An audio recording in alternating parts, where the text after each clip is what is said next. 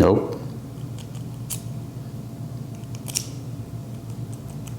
Nope. That key does not work. Let's find out why. Apparently, Honda has thrown us independent locksmiths a real curveball. I'm going to show you all about it and why it's so difficult to cut a new Honda key. Let's get into it.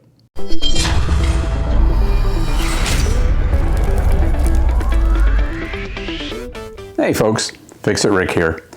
Today I want to talk to you about a problem I ran into with a key machine I own, a Triton.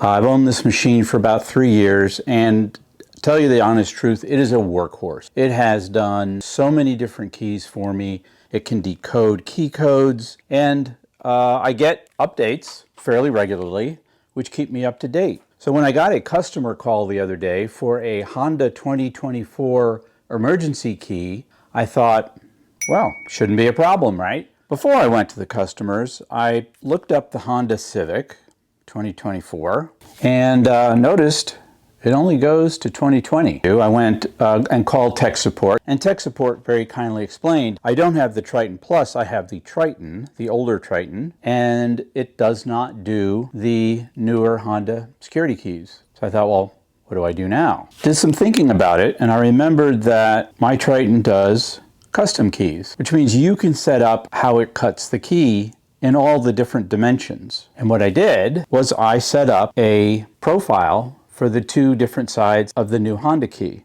But I ran into a problem, and that problem can best be seen way up close. It's an odd key in that the cuts are different on both sides. They're very different. The spacings are the same, but the cut depths for the two sides are very different, according to Instacode.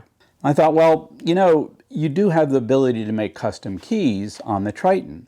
So that's what I did. I set up two different profiles, one for each side, and proceeded to put in all the different parameters for this custom key. And it's fairly straightforward.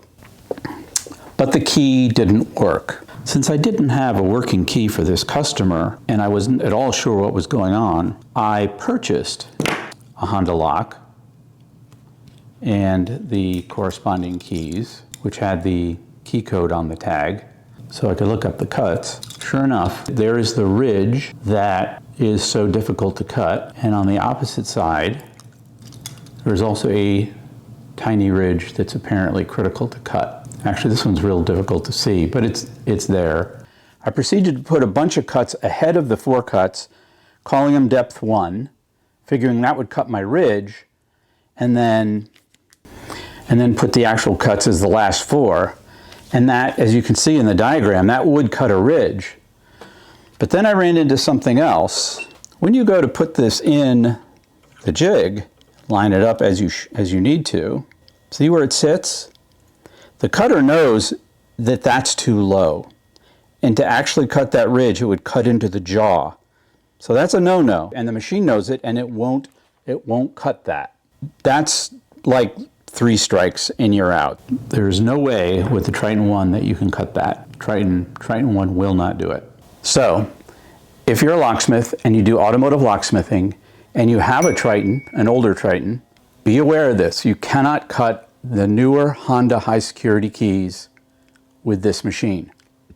Now I called tech support and they know this. They said, no, you've got to upgrade the machine. You have to send it in for an upgrade. It's not a over-the-air software update.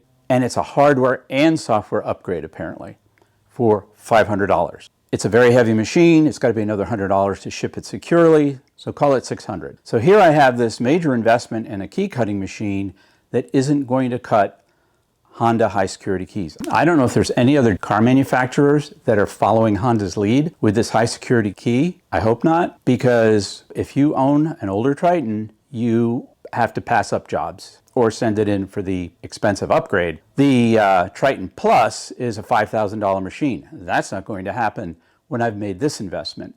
So I'm kind of stuck.